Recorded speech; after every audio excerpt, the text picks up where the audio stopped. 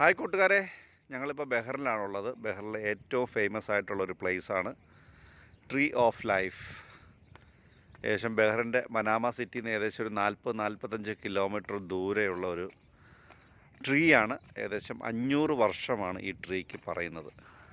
അതിൻ്റെ ലൈഫ് തുടങ്ങിയിട്ട് 500 വർഷമായി. ഒരു വെള്ളമോ അല്ലെ ഒരു സംഭവം ആർട്ടിഫിഷ്യലായിട്ട് കൊടുക്കാതെ തന്നെയാണത് വളർന്നു വന്നിരിക്കുന്നത്.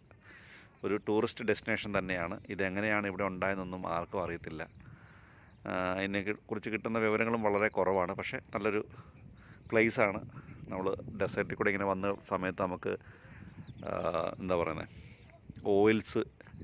ഓയിലൊക്കെ ഇങ്ങനെ എക്സ്ട്രാക്ട് ചെയ്തെടുക്കുന്ന ഒരു സംഭവങ്ങളൊക്കെ നമ്മൾ കണ്ടു. പഴയ രീതിയിലുള്ള ആ ഒരു രീതികളുള്ള സംഭവമൊക്കെ നമുക്ക് കാണാൻ പറ്റി. അടിപൊളിയാണ്. ഇഷ്ടംപോലെ ടൂറിസ്റ്റുകൾ വരുന്നുണ്ട്. അപ്പം ഇന്നലെ ഇവിടെ ഭയങ്കര കാറ്റായിരുന്നു. അപ്പം ഈ ട്രീയുടെ കുറച്ച് ബ്രാഞ്ചസൊക്കെ ഒടിഞ്ഞിട്ടുണ്ട്. അതൊക്കെ ആൾക്കാർ റിമൂവ് ചെയ്യുന്നുണ്ട്. നമുക്ക് എന്തായാലും അടുത്ത് പോയി കാണാം. ഫോട്ടോ നൈപ്പ്. അപ്പോൾ ഇതാണ് നമ്മൾ പറഞ്ഞ ട്രീ. 500 years എന്നൊക്കെ പറഞ്ഞു കഴിഞ്ഞാൽ നമ്മൾക്ക് ചിന്തിക്കാൻ പറ്റാത്ത ഒരു ലൈഫ് സ്പാനാണ്. നമ്മുടെയൊക്കെ ലൈഫ് സ്പാൻ എത്രയാണ്? മാക്സിമം വന്ന് 70-80 പോട്ടെ, 100 കൂട്ടിക്കൂ. അല്ലെ ഏറ്റവും വലിയ പ്രായമുള്ള മുത്തശ്ശി 120 കൂട്ടിക്കൂ. ഇതിൻ്റെ ഏജ് പറയുന്നത് 500 years ആണ്. പല ബ്രാഞ്ചുകൾ നിലത്തൊക്കെ മുട്ടി ബനിയൻ ട്രീ പോലെ വളർന്ന് വരുന്നുണ്ട്. അടിപൊളിയാണ്, സൂപ്പറാണ്. ഇതിൽ ധാരാളം കിളികൾ കൂട് വച്ചിട്ടുണ്ട്. അതൊരു മനോഹരമായതാണ്. നല്ല കിളികൾ ശബ്ദമുണ്ട്. ഇവിടെ വന്നു കഴിഞ്ഞാൽ ഒരു ആശ്വാസമാണ്. എന്ത് ട്രീ ആണെന്ന് അറിയത്തില്ല. എന്നാലും ഒരു കായൊക്കെ ഉണ്ടായി കിടക്കുന്നുണ്ട്. ഒരു കായുണ്ട്. നമ്മുടെ നാട്ടിലെ പുളിയുടെ ഇല പോലത്തെ ഇലകളാണ്. അടിപൊളിയാണ് സംഭവം. വലിയ പ്രതീക്ഷയില്ലായിരുന്നു ഇവിടെ വന്നപ്പം. ഒരു ട്രീ അല്ലേ, എന്താണ് അതിമാത്രം ഉള്ളത് എന്നൊക്കെയായിരുന്നു ധാരണ. പക്ഷേ സംതിങ് സൂപ്പർ. മരമുത്തശ്ശി അനുഗ്രഹിക്കൂ.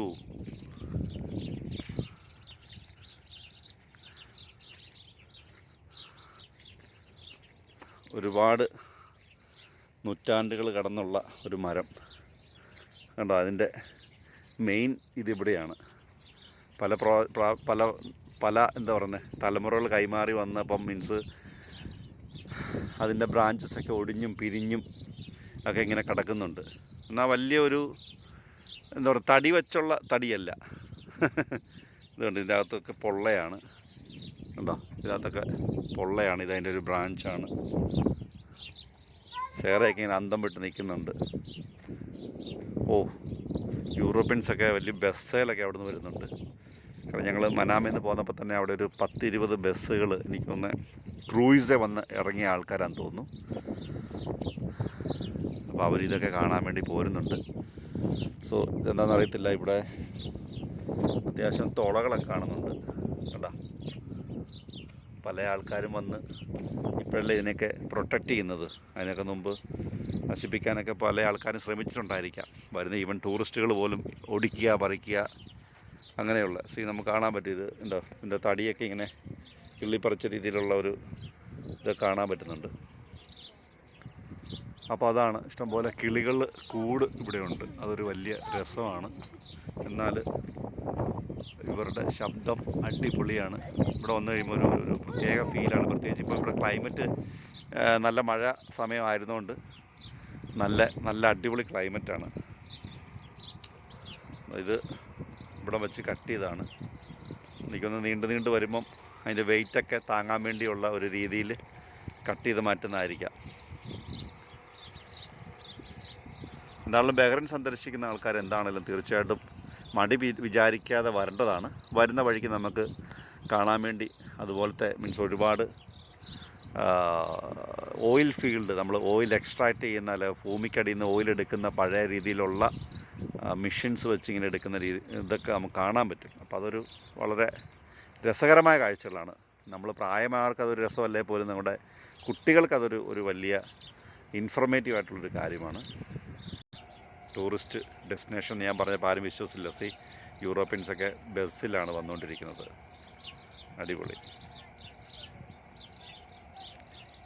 क्लीनरों का रूटीन मैं रात को पकड़ता हूँ।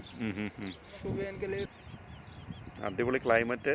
ഇപ്പോൾ നമ്മൾ സർദാർജിയായിട്ട് സംസാരിച്ചപ്പോൾ അവനാണ് ഇവിടുത്തെ സെക്യൂരിറ്റി. അവൻ പറഞ്ഞത് 1 മണിക്കൂർ മുമ്പായിരുന്നെങ്കിൽ നിങ്ങൾക്ക് ഇവിടെ നിൽക്കാൻ പറ്റിയില്ല, അതുപോലെ കാറ്റടിച്ചിട്ട് മണൽ പറക്കുമായിരുന്നു പറഞ്ഞു. അങ്ങനെയുള്ള വലിയ ഒരു ഡേഞ്ചർ സിറ്റുവേഷൻ കൂടെ ഉണ്ട് ഇവിടെ. കാരണം വേറെ ഇവിടെ ചുറ്റുവട്ടത്തൊന്നുമില്ല, കടകളൊന്നുമില്ല. അപ്പം വളരെ കെയർഫുള്ളായിട്ട് നമ്മൾ കാലാവസ്ഥയൊക്കെ ചെക്ക് ചെയ്തിട്ട് വേണം വരാൻ. ഇവിടെ വന്നിട്ട് കുടുങ്ങിപ്പോവല്ലേ ആരും. അപ്പം മറ്റൊരു വീഡിയോ ആയിട്ട് കാണാം. എല്ലാവർക്കും നന്ദി, നമസ്കാരം, ബൈ ബൈ.